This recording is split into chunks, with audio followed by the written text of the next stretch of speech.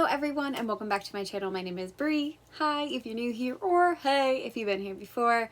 Today I'm going to be doing my monthly reading wrap up for the month of July.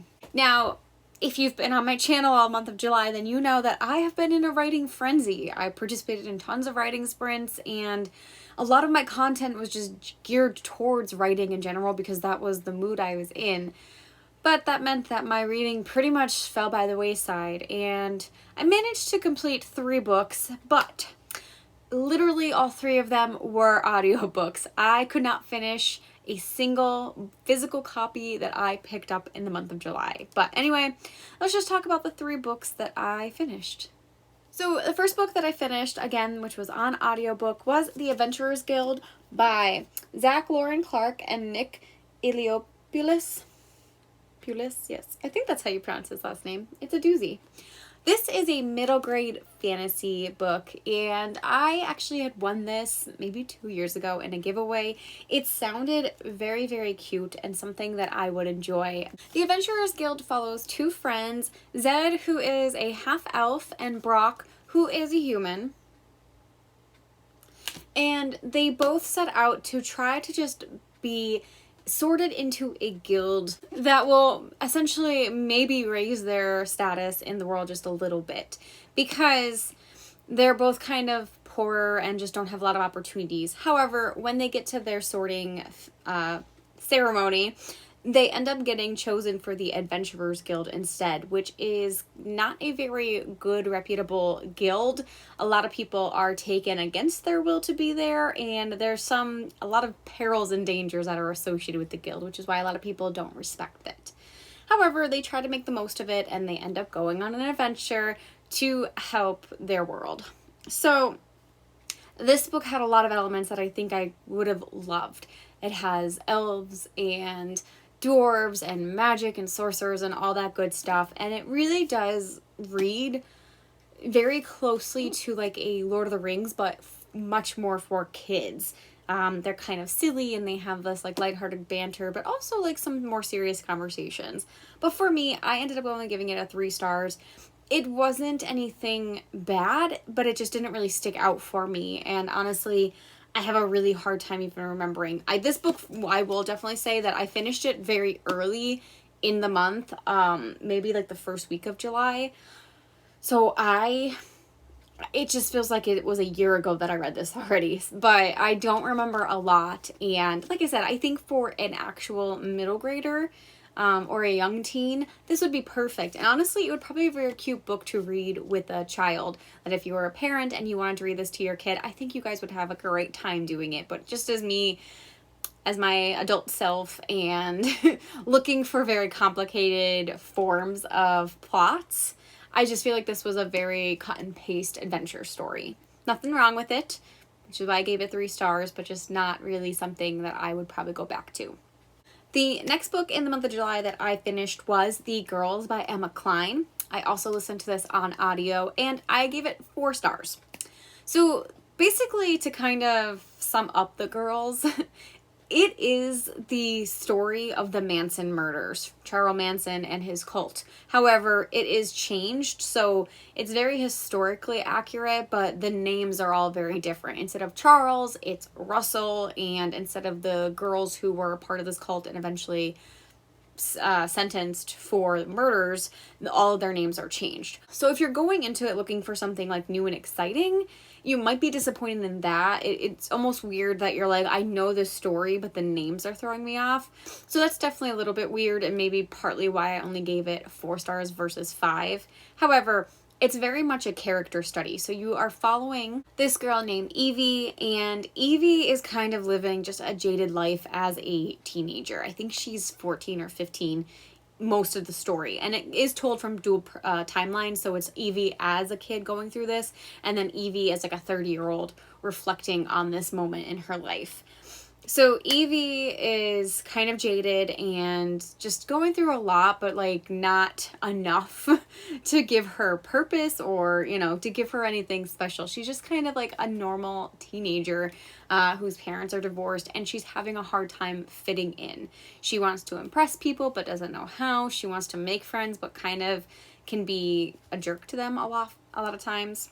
So eventually she kind of finds Suzanne, who is in this notorious cult, but Evie at the time doesn't know this. So Evie starts to idolize Suzanne and really wants to be with her and be around her at all times, and it kind of forms this unhealthy relationship and this unhealthy idea that in order to be accepted that she has to follow Suzanne, and she kind of gets inducted into this cult, and for the most part she feels like this is the only place she belongs. So like I said, you're following this timeline where she's like a teenager and going through these experiences and trying to find herself, and then you're looking at her as an adult and she's reflecting on how this was the only time in her life when she felt like she had a place to belong and that she felt understood.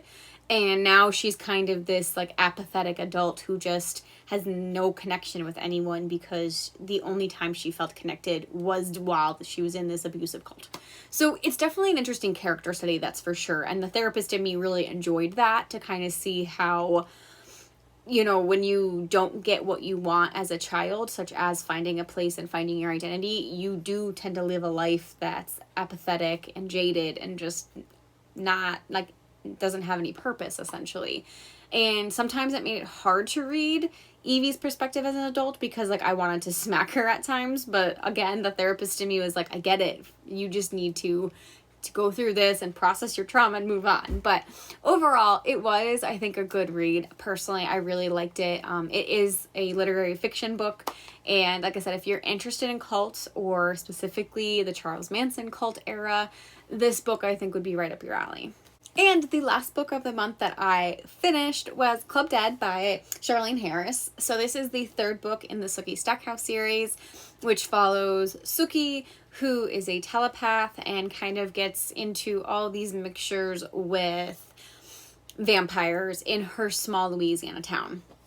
I have been just really enjoying this series, but I will say maybe slight spoilers. If you don't want any spoilers for the book, then I suggest you skip, you know, maybe 30 seconds to a minute into the video, depending on how long this video is.